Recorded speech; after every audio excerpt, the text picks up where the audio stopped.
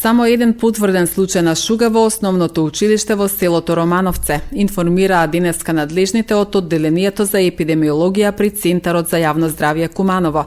Од почетокот на годинава, заклучно со денес, евидентирани се 7 заболени од скабиез во општините од североисточниот регион, а минатата година бројката изнесувала 119. Најголем број од нив биле регистрирани во октомври месец 20, најмалку во август само 3 заболени. Како што информира од Центарот за јавно здравје, лани најголем број од заболените биле на возраст од 10 до 14 години. Во Одделение за епидемиологија при Центар за јавно здравје Куманово во тек на денешниот ден бе пристигната пријава за заразна болест за шуга за еден ученик од основното училиште Кирил и Методиј Романовце.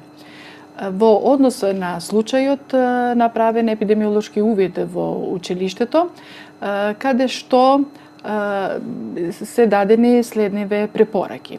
Изолација на заболениот ученик, третирање и лекување до целосно закрепнување на ученикот, третирање на членовите на семејството, засилена хигиенизација во просториите на училиштето, дезинфекција по епидемиолошки индикации од страна на ДДД служба при Центар за јавно здравје Куманово, како и се доставени соодветни дезинфекциони средства во училиштето.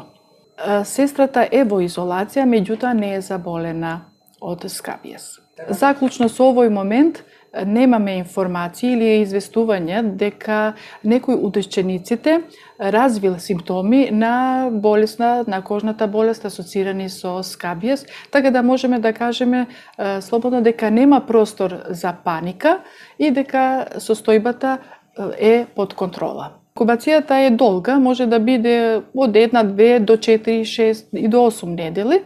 Тој е заразен за целото време од кога почнува да има чешање, кое што особено се манифестира ноќе, како и кожни промени типични за болеста скабиез. Тек на вчерашниот ден при направениот епидемиолошки увид, јас сум контактирала со родителите на сите ученици кои беа одсутни, така да во разговор со сите родители се констатираше дека ниеден ученик не разви симптоми на кожна болест асоцирани со скабиез, туку отсуствуваат заради вирози, грип и други причини. Значи, во нашето одделение за епидемиологија од почетокот на годината, заклучно со овој ден, имаме 7 заболени. Сите заболени, сите инфицирани се од различни места на нашите општини, кои што општини ги покрива Центар за јавно здравје Куманово. Значи, шугата се карактеризира со интензивно чешање, кое обично преку ноќ настанува тоа чешање и има ги своји карактеристики.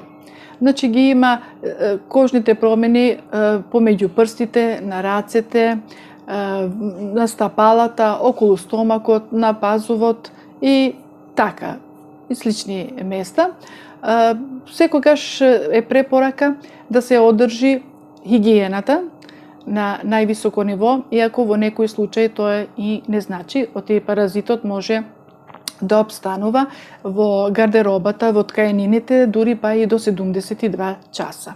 Значи, покрај препораката, покрај редовното одржување на хигиената, тука секогаш мислиме и на редовното капење, на редовното преоблекување, менување на постелнината, како и секој поединец да си има засебна постела.